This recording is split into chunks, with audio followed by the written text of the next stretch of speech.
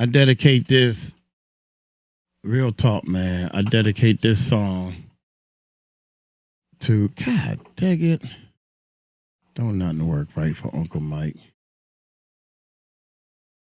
Oh, I just told her to. Sorry, y'all. Maybe we should start right here. Can't get the.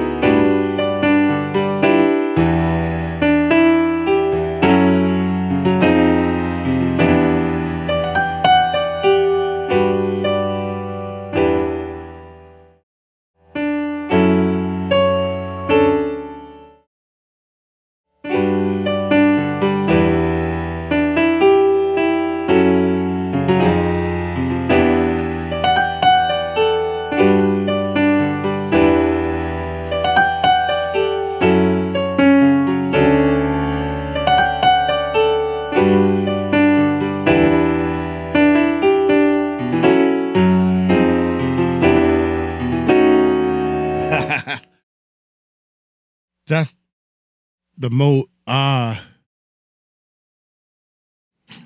man, I can barely talk. Shoot. Rest in peace to one of the great ones, man. Man, I can barely talk, man. Oh my God, man. I was doing all right at first, but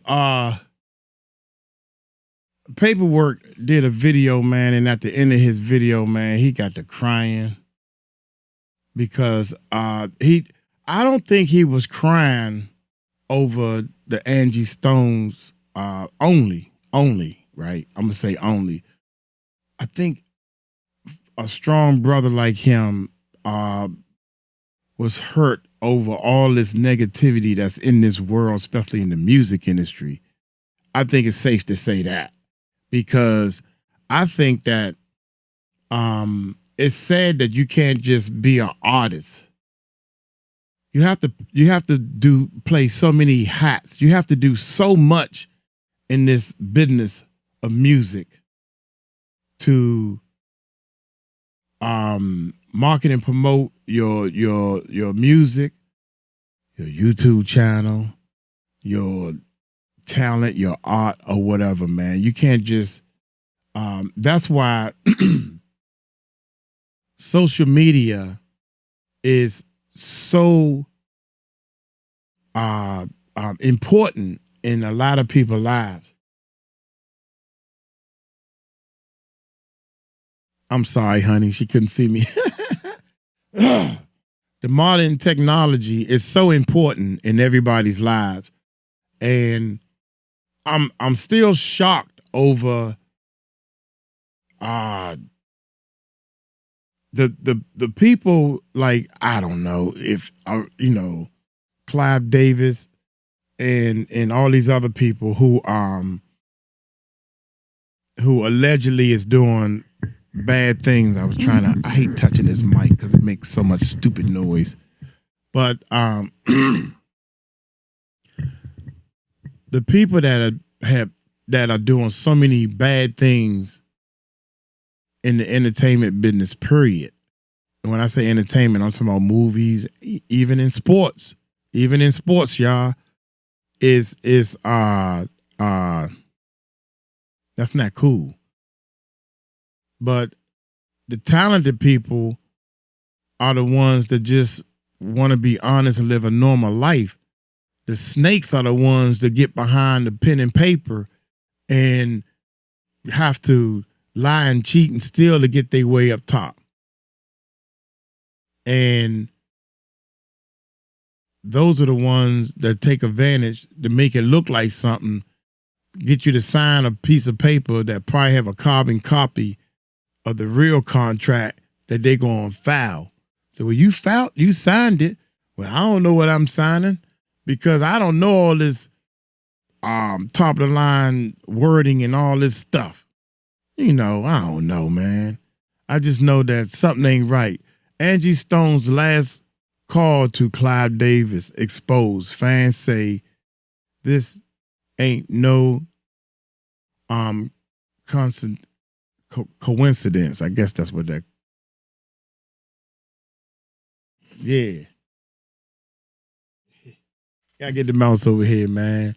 Y'all pray for Uncle Mike, man. Hit that subscribe button, hit that bell. I might play a little bit, so I'm gonna stay on this side, see how this sounds. I came across this. Hit that subscribe button, hit that bell. I forgot to say that part. Hey, what's up? We need to get to the bottom of this, y'all. Let's check this bad I came across this video, and it had Clive Davis in connection with Angie Stone passing away. Now, I know so many people got so many things to say. First, they said Clive has something to do with it. Then a lot of people say Clive don't got nothing to do with it. It's from Angie Stone Inner Circle. I got this video. They talking about they got connection between Clive Davis and Angie. Paperwork, you understand? Federal stuff. I don't know if it's true or not, but I think we should look at it. The video, it had a whole bunch of people commenting and stuff. So I think, we should look at this. And I want to know what y'all think about this. We are at Messy Sweet Spot Reactions. Make sure you guys like, share, subscribe here. And let's see what's going on. I might stop and react. I might not, depending on how I feel. But what I do know, get them likes up, share, spread awareness, and make a comment so we can see your thoughts about this. Do you believe that's going on in the tabloids about Angie Stone or no? All right, so let's see here. Y'all ready? Things are unfolding quickly in Angie Stone's case, and some newly leaked federal documents have exposed what Clive Davis allegedly did to Angie Stone after their last phone call. And trust me, this will send chills down your spine. People have long suspected Clive Davis of being involved in Angie Stone's demise, especially considering how he's handled other Black artists who dared to speak out against the financial and business side of the music industry.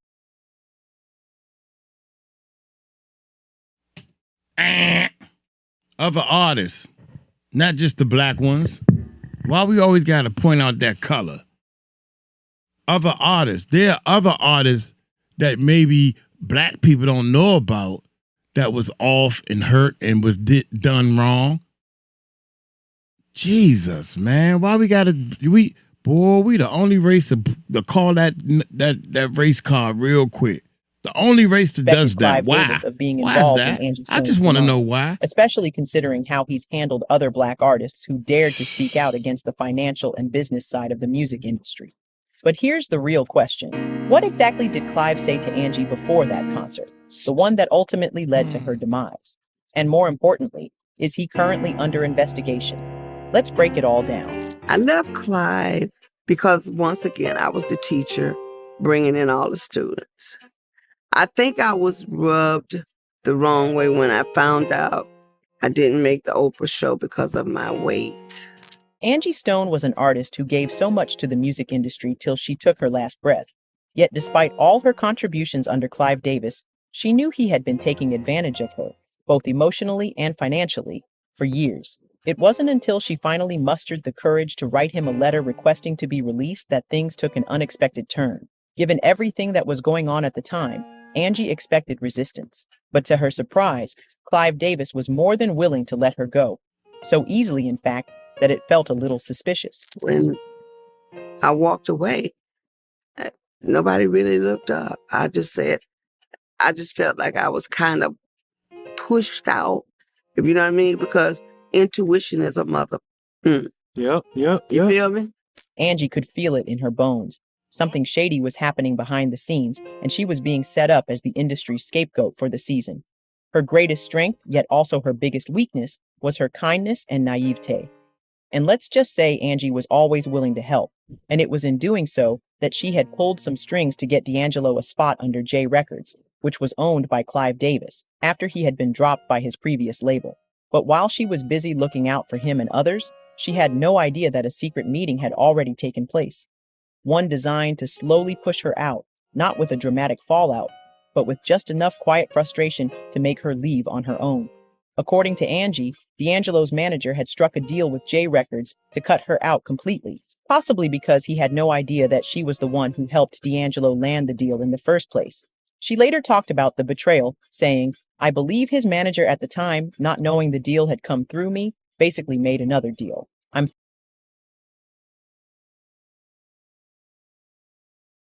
It's a little squeaky sound in the voice that's irritating me to death." But wait a minute, I gotta.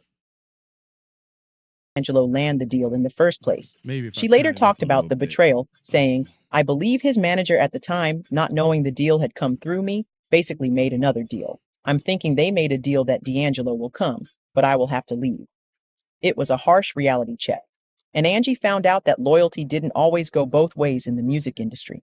And slowly, Clive began putting his plan into motion, making sure Angie had no choice but to walk away from the label. First, her music budget was cut by a whopping sum of $500,000.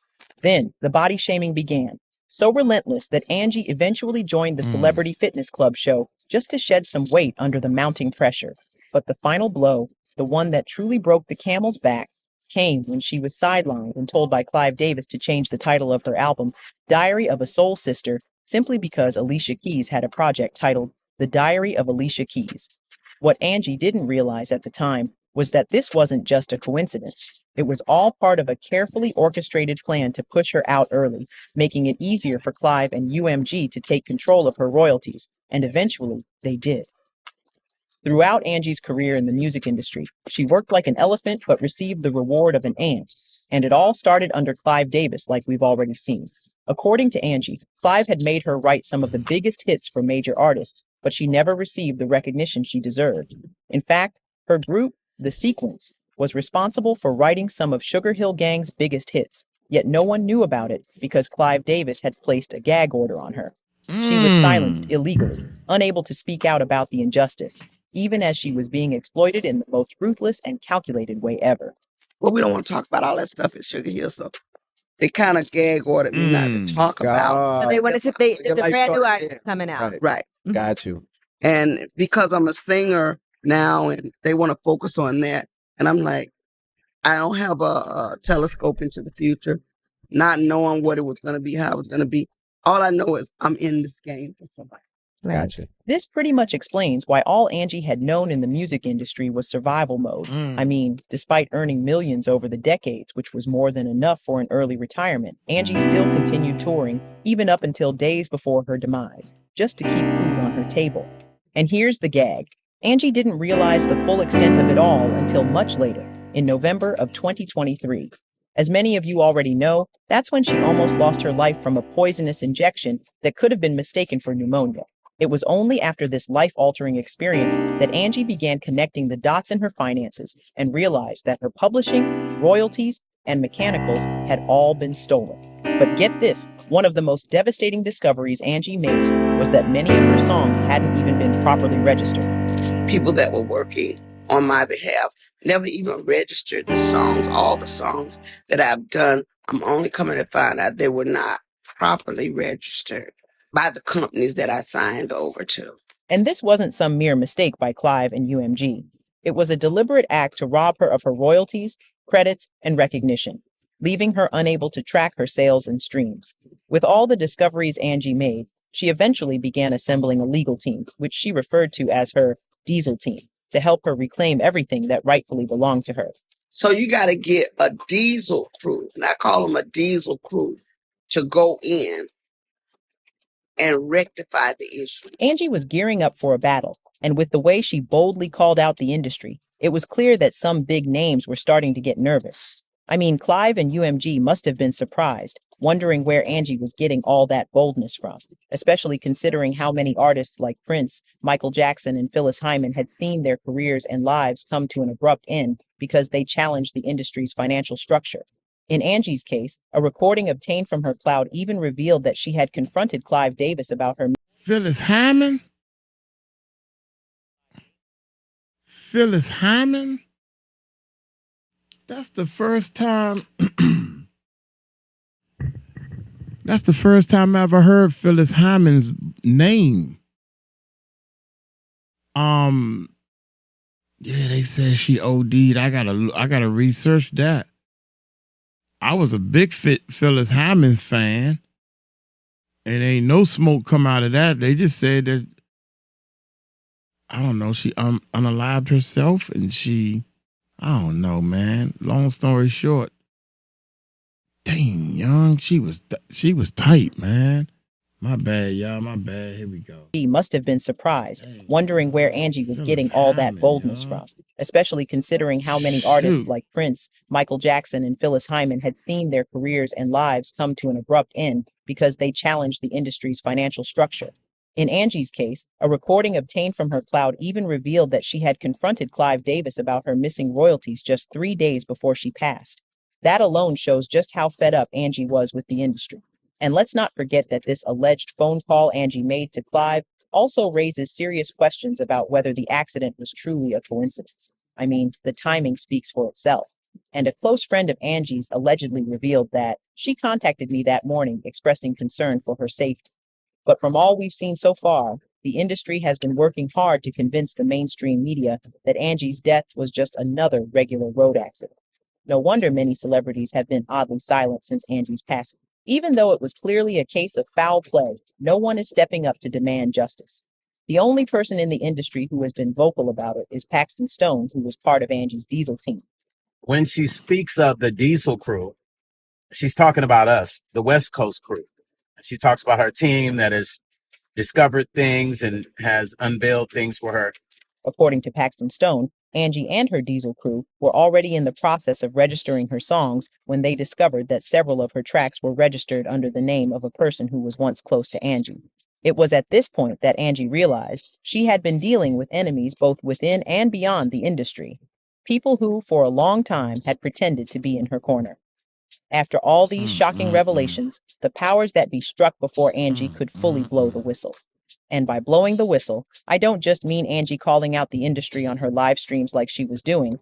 I'm talking about the fact that Angie was low-key planning to release a documentary about her life and everything she had endured in the industry. But it seems the industry caught wind of it because not only did they put a hit on Angie, but they also started sending death threats to the executive producer who was working with her to expose it all. And here's the wild part about Angie's departure that no one is talking about. The industry purposely hired a driver with a shady criminal record and made sure he took Interstate 65, which is regarded in a 2020 report as one of the deadliest highways in Alabama.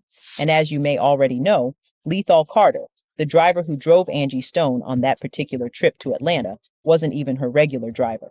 However, rumors circulating on the internet suggest that 𝗟𝗡𝗡𝗞𝗦 wasn't exactly a stranger to Angie, as she had known him for a while. But in her defense, it seems she didn't know the full extent of his past dealings, nor the fact that he didn't even have an active driver's license, or worse, that he had been paid to take her out.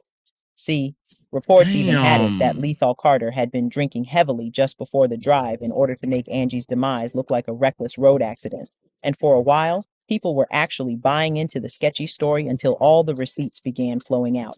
Angie had trusted 𝗟𝗡𝗡𝗞𝗦 so much that even when he suggested a plug to her for getting her songs registered, she went with it. But in the end, this so-called plug only succeeded in swindling her out of $15,000. And the worst part? She never even got a fraction of what she paid for. We found out the songs were registered to that person's name. So remember, we got out of one situation trying to clean that up with the codes, and the guy never got all the codes, by the way, just to let y'all know. He never even got all those codes. She paid $15,000 and never got all of the codes that she wanted to get. What Angie didn't know was that this amount of money wasn't even necessary to register her music in the first place. Now, I know y'all are probably thinking this should have been a clear sign to Angie to have been more careful with 𝗟𝗡𝗡𝗞𝗦, but let's just say she was the kind of person who let her heart lead.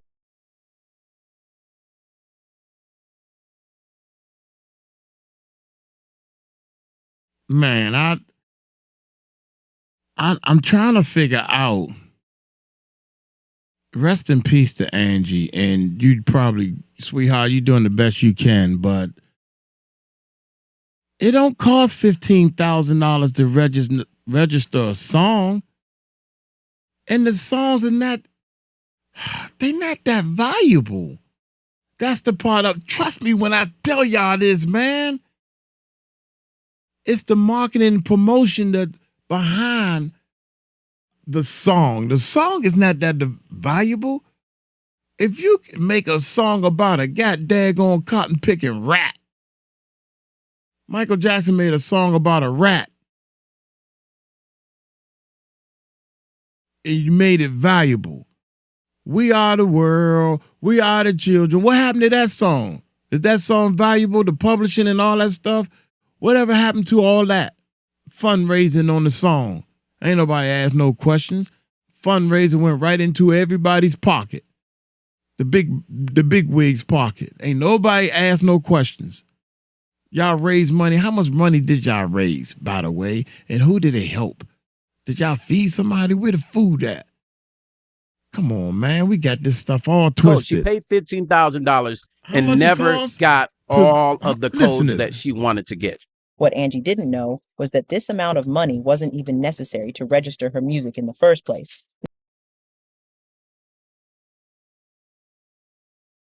What makes you think it costs $15,000 to register music? Because, see, y'all don't know the music business, the business of music. We don't know, so we just go on by whatever they say, $15,000 to register a song. That don't cost that much to register nothing. We got to come back to reality. See, history about to repeat itself, and reality is about to hit. You tell me how much it costs to register a song. You tell me how much it costs to copyright a song. You tell me. $100? $50? How much? $200 to register one song. How much it costs to register a song? You tell me. Don't have now, an I know idea. y'all are probably Look thinking this up. should have been a Excuse me, clear y'all. sign Look to it up. Angie to have been more careful with 𝗟𝗡𝗡𝗞𝗦. But let's just say she was the kind of person who let her heart lead when dealing with people. And when you're a good person, people just tend to take advantage of you. Think about it. What if Angie had her doubts about 𝗟𝗡𝗡𝗞𝗦 driving her, but she went with it probably because he sold her some sorry story about needing the money or something? Anyways, Angie's death has now been ruled as a homicide, and investigations are ongoing, and word on the street is that the passengers who were in the van with Angie are suing 𝗟𝗡𝗡𝗏 for being reckless. But fans aren't satisfied with that alone, and many are now calling for an investigation into Clive Davis as well. I mean, the consistent pattern of Black artists' deaths being linked to him is now beyond the realm of industry conspiracy theories. Just like Diddy, many have repeatedly pointed out that Clive is evil.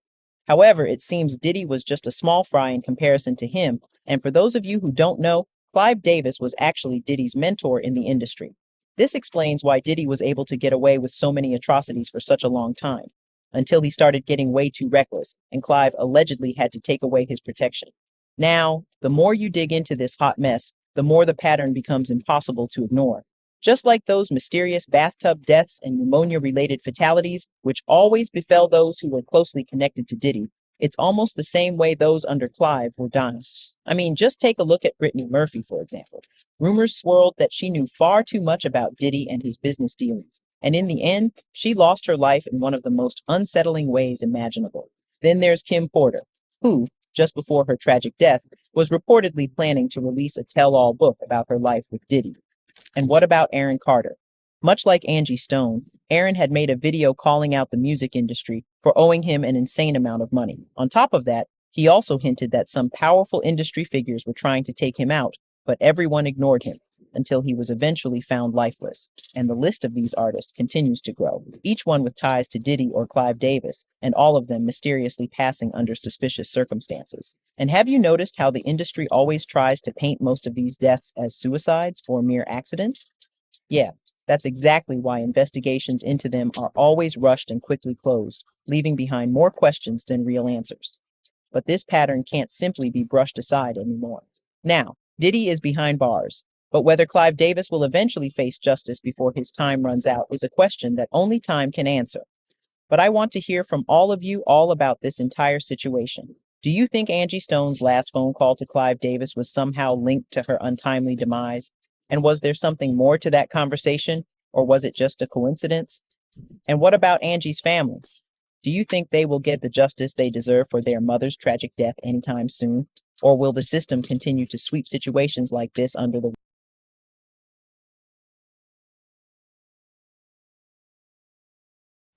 God damn, they cutting.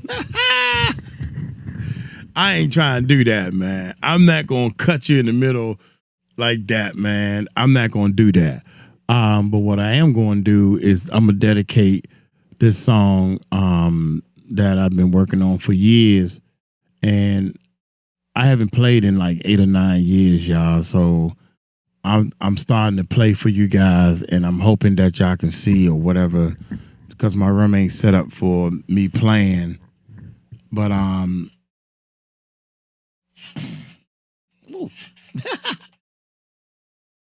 I dedicate this to Angie and the rest of the people who passed away too early. I hope I can remember some of it, man. I've been trying to get back. I can't make it to the change, but check this out. Here we go.